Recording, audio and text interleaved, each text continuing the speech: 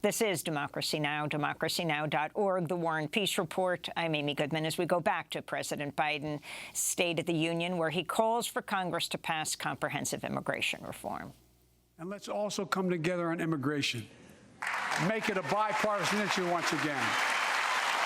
We know we now have a record number of personnel working to secure the border, arresting 8,000 human smugglers, seizing over 23,000 pounds of fentanyl in just the last several months. We've launched a new border plan last month. Unlawful migration from Cuba, Haiti, Nicaragua, and Venezuela has come down 97% as a consequence of that. But American border problems won't be fixed until Congress acts. If we don't pass my comprehensive immigration reform, at least pass my plan to provide the equipment and officers to secure the border. And a pathway to citizenship for dreamers, those on temporary status, farm workers, essential workers. We're joined now by Democratic Congressmember Delia Ramirez, the first Latina to be elected to Congress to represent Illinois. She delivered the Working Families Party's progressive response to Biden's State of the Union. She's the daughter of Guatemalan immigrants, the wife of a DACA recipient. She previously served in the Illinois State House after being elected in 2018, is a longtime community organizer, joining us now from the Cannon Rotunda on Capitol Hill. Congressmember Ramirez, we last spoke to you as Congressmember-elect. Welcome back to Democracy Now! You just heard President Biden, and of course you were right there in the House last night as he spoke. What he's saying is, even if you don't get to other parts, though we want you to support comprehensive immigration reform, at least essentially support militarization of the border. Your response to that, Congressmember Ramirez?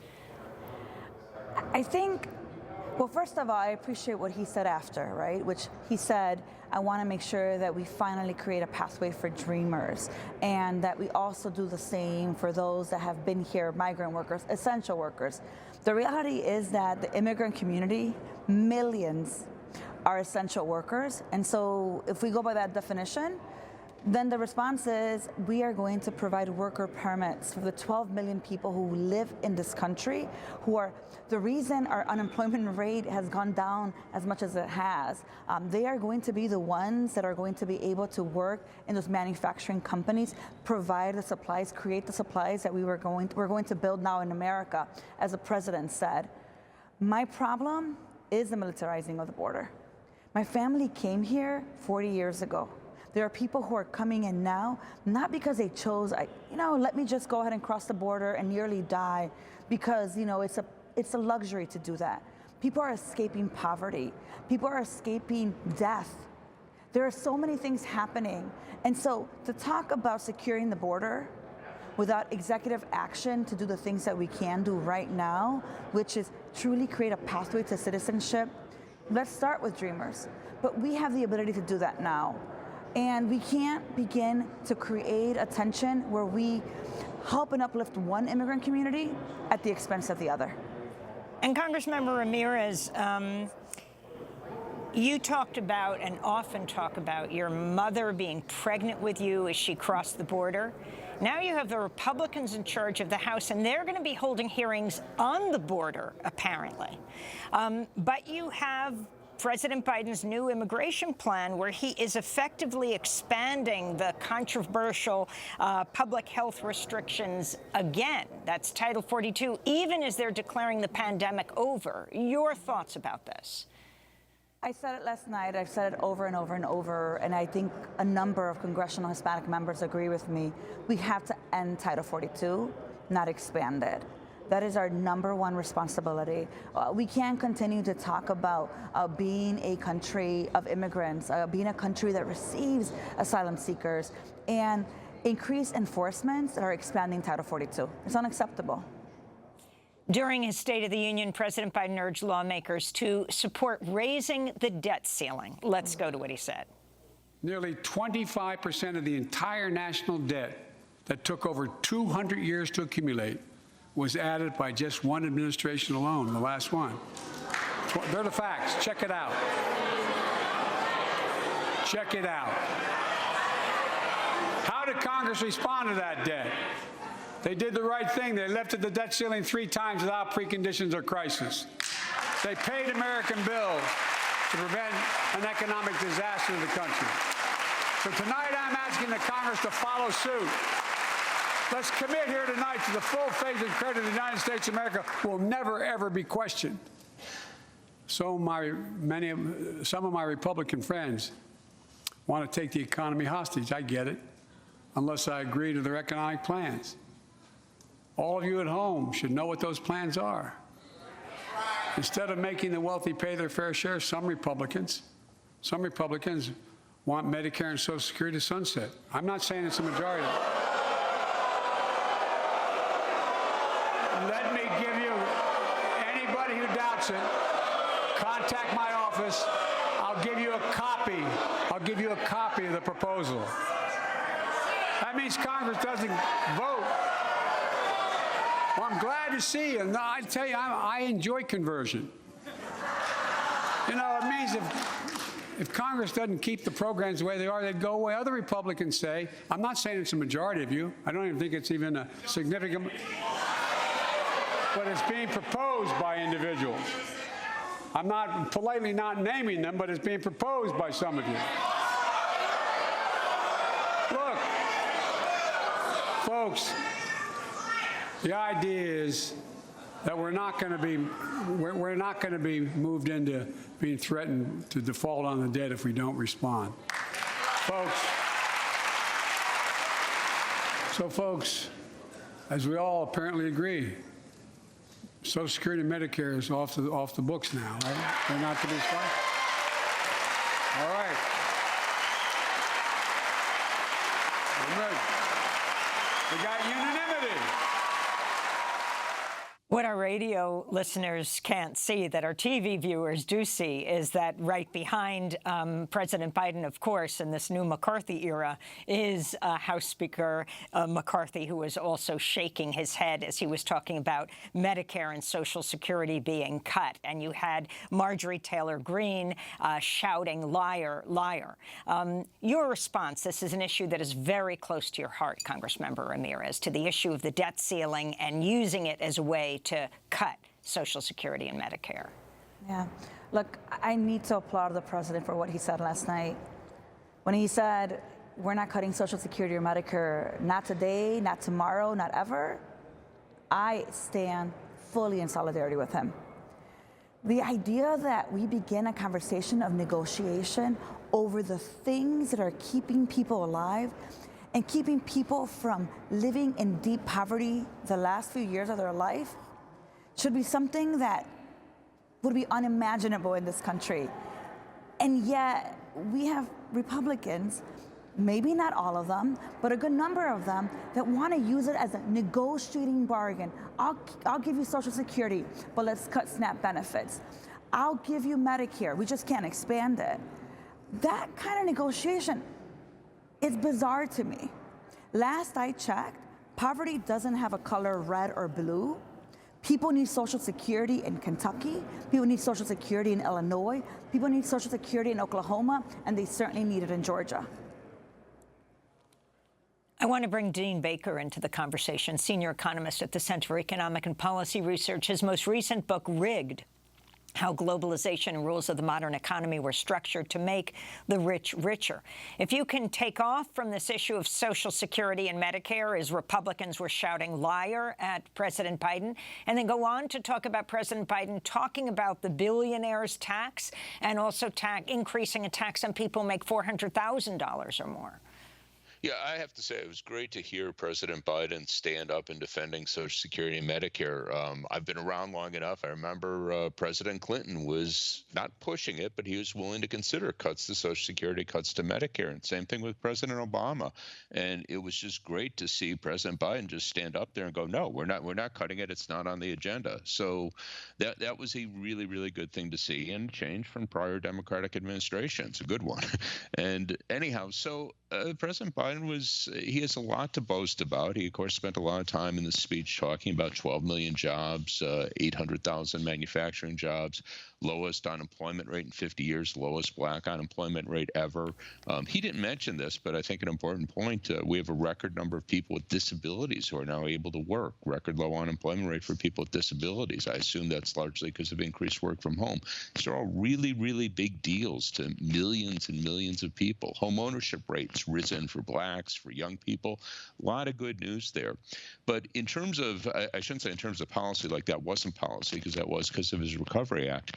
But specifically, he's been focused on trying to increase taxes on the rich, taxes on corporations, and also reducing the money that drug companies get. And again, he's made some headway here. Obviously, he'd like to do more. I'd love to see him do more.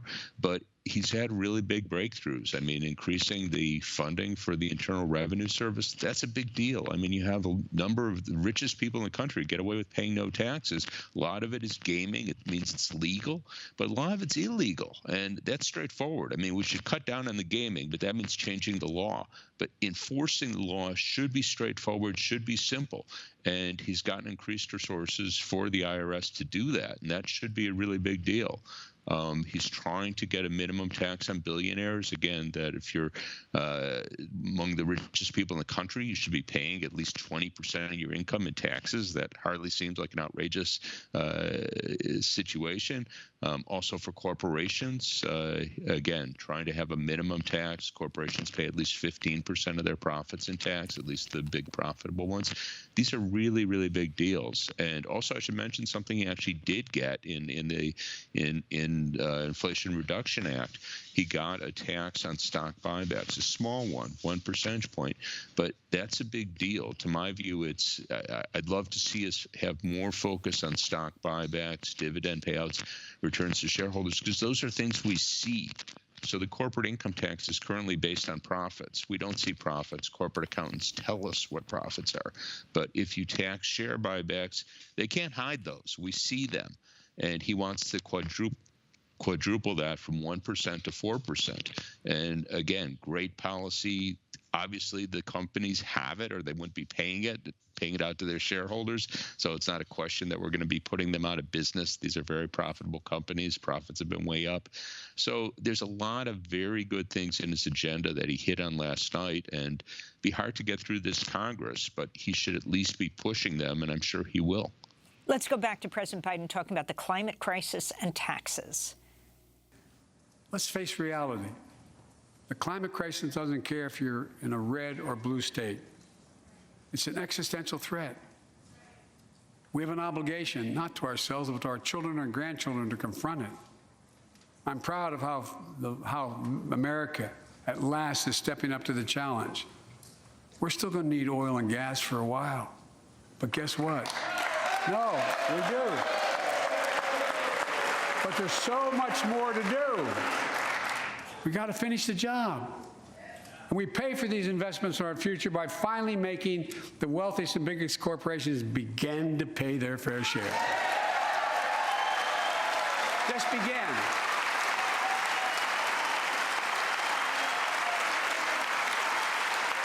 Look, I'm a capitalist, but pay your fair share. Delia Ramirez, your response and what can be accomplished in this Republican House. Well, I think it's really interesting that when we talked about reducing taxes for working class families, not a Republican applauds. When you talk about taxing or a fair share tax for corporations and billionaires, not a Republican applauds. But when you talk about oil and gas, a lot of their corporate donors, they all clap. I really hope that the American people see the hypocrisy that I saw in that chamber last night. I applaud the president for what he said. I thought he sounded incredibly progressive when he said that, and it's something that a number of us have been saying for a very, very long time. The idea that you make $80,000 a year and you are being taxed more than a billionaire is unacceptable. It's enraging. That's what I hear at the doors. I hear about property tax and income tax. If I make a little more, I'm actually making less because of how much I'm paying in taxes. That's unacceptable. If you make $6 billion a year and you pay your fair share at 20%, here's the thing, you're still a billionaire with $4 billion. I applaud him, and I think there's a number of things we could be doing through executive action, and that's what I was talking about last night. Look, I don't pretend to assume or believe that somehow we're going to have a miracle and a number, maybe 6 or 7 Republicans are going to come our way, because I hear them talking behind the chamber. But you know, you're right, it's actually a really good piece of legislation. You're right, we shouldn't be voting for that. But when they get into that chamber, they vote that party line, even if they don't agree with it. So I know that we won't have the legislative action that we need in this Congress, but we have to do everything in our power through executive action to ensure that we provide the protections, that we provide the resources, that we build the economy with working families at the center of it. And when we do that, when we show people that we find creative ways to protect and support, then the American people will go to the ballot box and remember that in 2024, so we can get the majority we need and no excuses and pass the legislation we should on climate, on immigration, on housing, on economy, raising the minimum wage, getting to a living wage. And let's show what we can do now. And economist Dean Baker, what you feel can be accomplished in this Republican House. And an incredibly important point that Congressmember Ramirez raised is the pressure that's been brought on Biden. This is not the Biden you have followed for decades, Dean. Yeah, he's clearly moved to the left, which, again, obviously that responds to pressure. I mean, the progressive segments of the Democratic Party are far more important today than they were 30 years ago. So that's clearly behind his movement. But it's a great thing to see. I mean, again, I don't know how much he'll be able to accomplish in this Congress, but I'll just point out, you're referring, well, we had the section on his speech about climate change. We've turned the dial on that. I don't mean to say, obviously climate change is going to continue to be an enormous problem. We're going to suffer enormous hardships here and elsewhere in the world, of course, but we've so much changed the picture with his infrastructure bill, and particularly the Inflation Reduction Act. You now have companies that are all in on electric cars, massive industries in terms of solar and wind. That can't be turned back. So that is really, really huge. Now, obviously, we're going to have to do a lot more. We have to keep the pressure up, but we have to recognize what's been done. We are moving forward with a clean energy transition. That's not stoppable. Well, Dean Baker, we want to thank you so much for being with us from Astoria, Oregon, senior economist at the Center for Economic and Policy Research, and Congressmember Delia Ramirez, Democrat of Illinois, speaking to us from the Capitol. That does it for our show. Democracy Now! Is produced with Renee Feltz, Mike Burke, Dina Guzder, Messiah Rhodes, Nermeen Sheikh, Maria Terracena, Tammy Warren, Aftarina Nadura, Sam Alkoff, Maria Studio, John Hamilton, Rabbi Karen, Hani Masood, and Sanji Lopez. Our executive director is Julie Crosby. Special thanks to Becca Staley, John Randolph, Paul Powell, Mike DeFilippo, Miguel Noguera, Hugh Grant, Dennis Moynihan, David Prude. I'm Amy Goodman. Thanks for joining us.